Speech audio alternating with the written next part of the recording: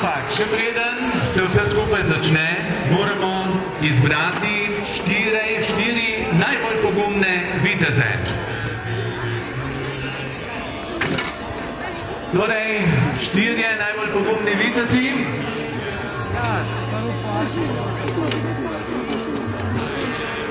Pridite bližje.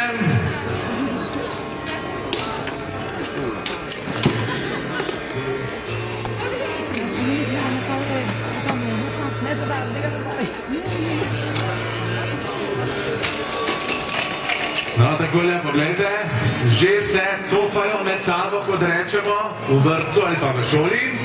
Takole, fante, jaz vam bom razdelil tere palčke, vi si pa med seboj izžrebate, s katerim se boste obojevali. Takole, žreb že poteka.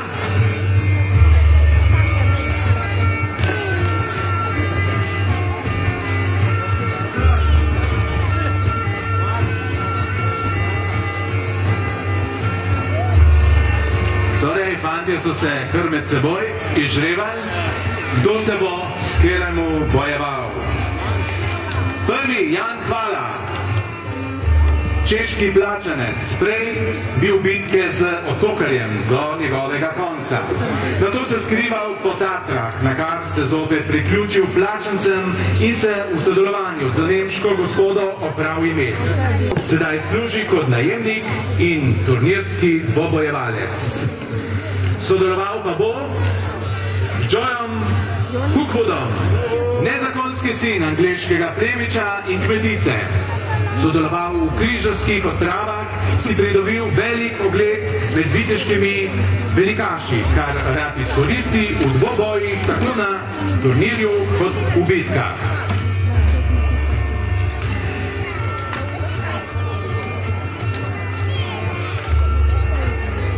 Turnir naj se prične. Vi, dragi otroci, pa si izberite svojega najboljšega in navijajte za njiju.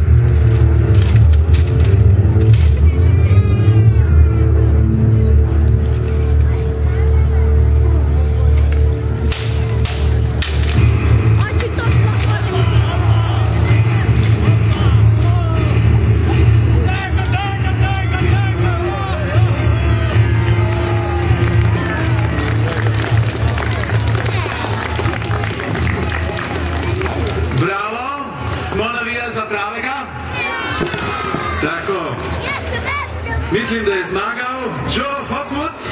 Dajmo aplavz.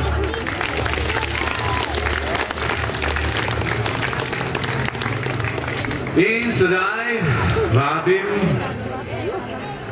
na dvoboj Aleksiusa Bizantinskega, pripadnika mestne garde. Zelo svetlo polt, kar nakazuje na ruske korenine. Sodeloval pri obrambi Carigrada, na kar se je odločil oditi na zahod, kjer kraljuje s svojo prijateljico Sekiro Bordišo.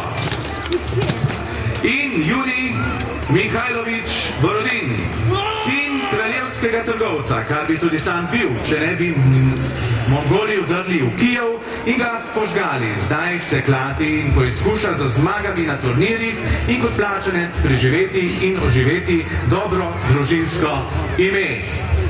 Sami se odločite, za katerega navijate.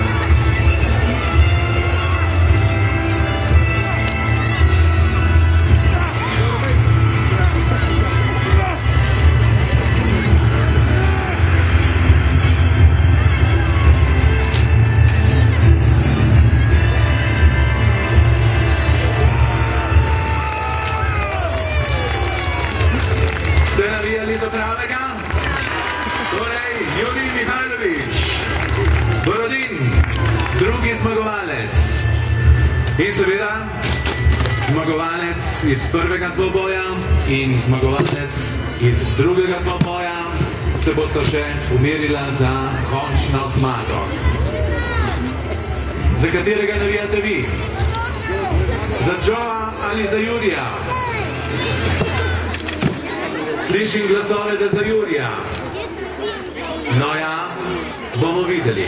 Torej, Joe Bokvud in Jurij Mihajlović Borodin se bosta sedajle izkazala, kdo je močnejši, kdo je hujši, kdo je bolj, no ja, vsak naj si pomisli, kaj sem mislil reči.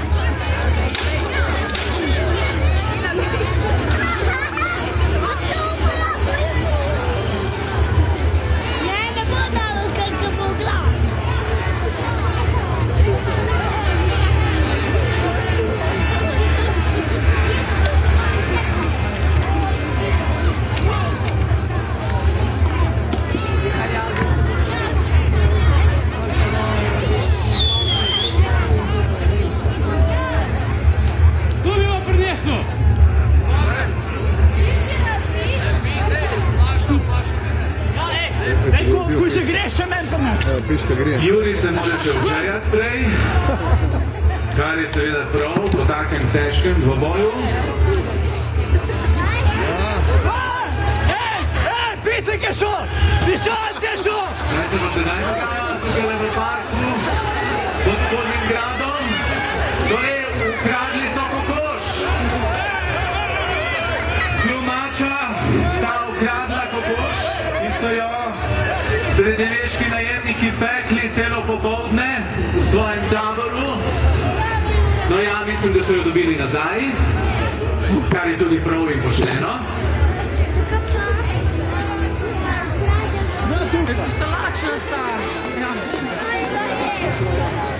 Lepa in mala kokoška mora ostati za nas, se strinjam. Takole zdaj pa že mislim, da se pripravljata torej Joe in pa Juri na dvoboj, v katerem bomo videli, kdo je močnejši, kdo je bolj hraber, kdo je vreden tega imena.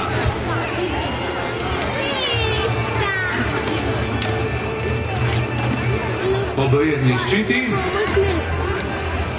meči in pa seveda še dodatna oprema, kot rečemo po modernem temu. Naj se dvoboj prične!